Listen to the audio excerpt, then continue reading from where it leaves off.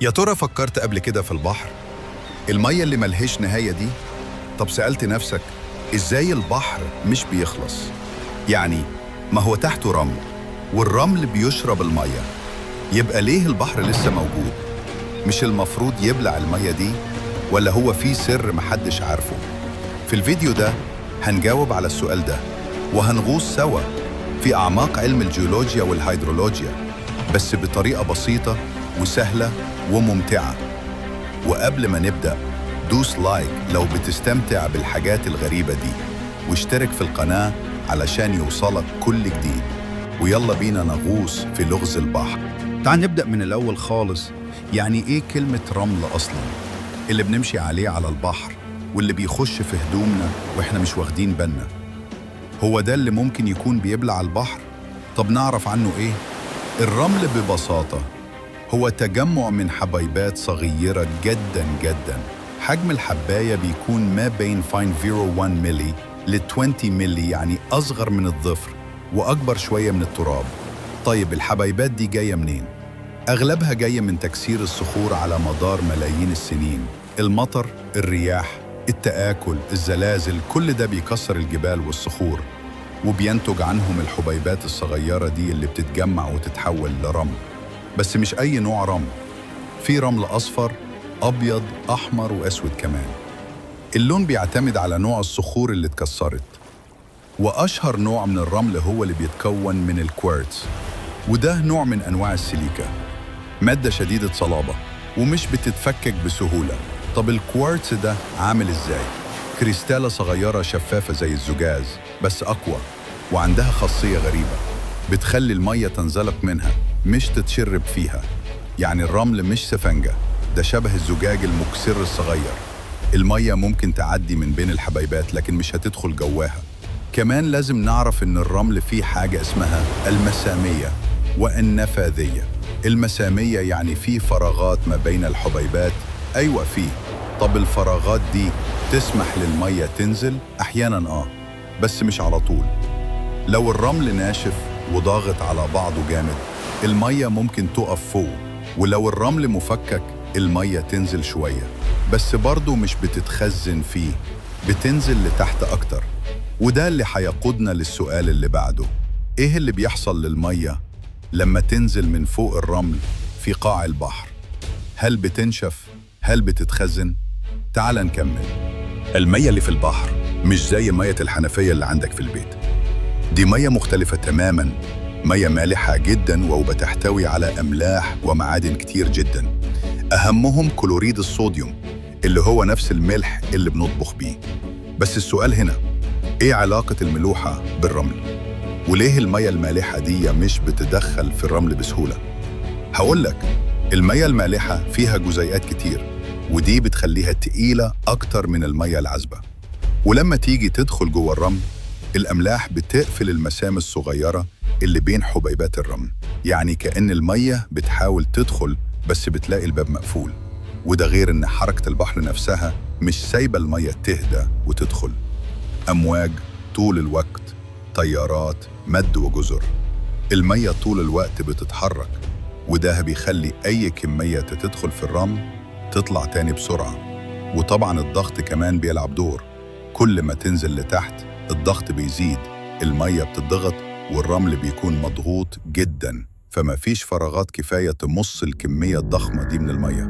وطبعاً ما تنساش إن البحر مش شوية مية، ده بيغطي أكتر من 70% من سطح الأرض.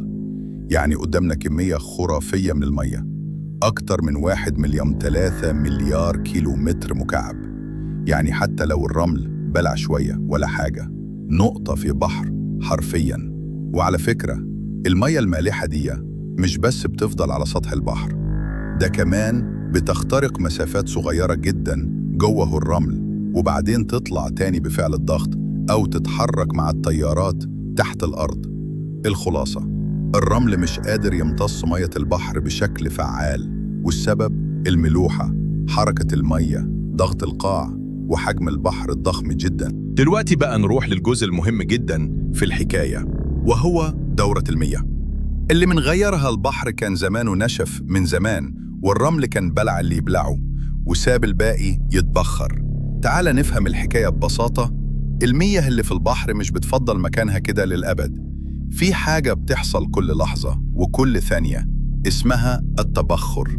يعني أشعة الشمس تضرب سطح البحر فتسخن المياه فتتبخر وتطلع على شكل بخار مياه في الهواء.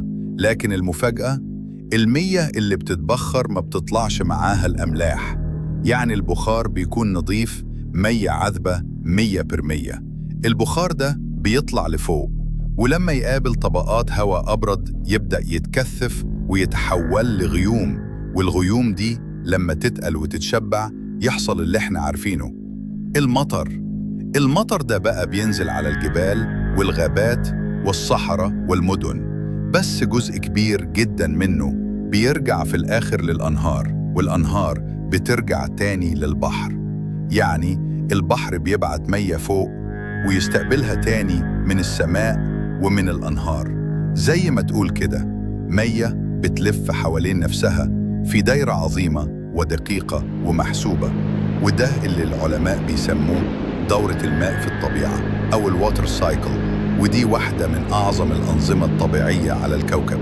يعني باختصار، المياه بتتبخر، تطلع للسماء، تمطر، تنزل، ترجع تاني للبحر، زي ماكينة ضخمة بتشتغل من يوم ما الأرض اتخلقت لحد النهاردة. وطبعاً في النص المياه بتعدي على الزرع والحيوانات والإنسان كمان. إحنا نفسنا بنشرب من الدورة دي. كل كوباية مياه بتشربها ممكن تكون كانت مياه مطر من أسبوع، أو جزء من بحر من 10 سنين، أو حتى بخار مياه كان في السحاب فوق الأمازون. الخلاصة، البحر مش بينشف لأن ربنا خلق نظام عبقري بيرجع له المياه دايماً. والرمل مش له فرصة يبلع غير شوية بسيطين، لأن كمية المياه اللي رايحة جاية بين السماء والأرض ضخمة جداً ومستمرة بدون توقف. في تجربة علمية اتعملت، جابوا كمية رمل وحطوا عليها مية. المية نزلت شوية لكن فضلت موجودة. ليه؟ لأن الرمل مش بيمتص غير نسبة بسيطة جداً والباقي بينزل. وده اللي بيحصل في قاع البحر. المية بتنزل شوية في أول كام سنتيمتر، وبعدين تقابل طبقات تانية تحت مش بتمص خالص، اسمها طبقات غير النفاذة.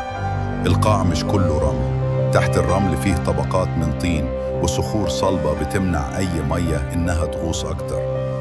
يعني كأن البحر واقف فوق بطانية سميكة مش بتمص حاجة، ودي اسمها طبقة غير منفذة للمياه، زي الطين الأزرق أو الصخور الرسوبية الملساء.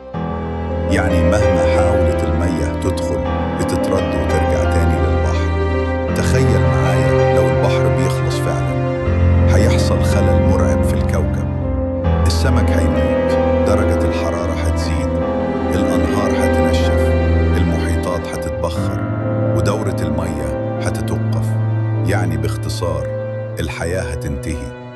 بس لحسن الحظ، الطبيعة مظبطة نفسها بنظام عبقري خلى البحر يفضل زي ما هو، بيتجدد وبيتوازن وبينظف نفسه بنفسه.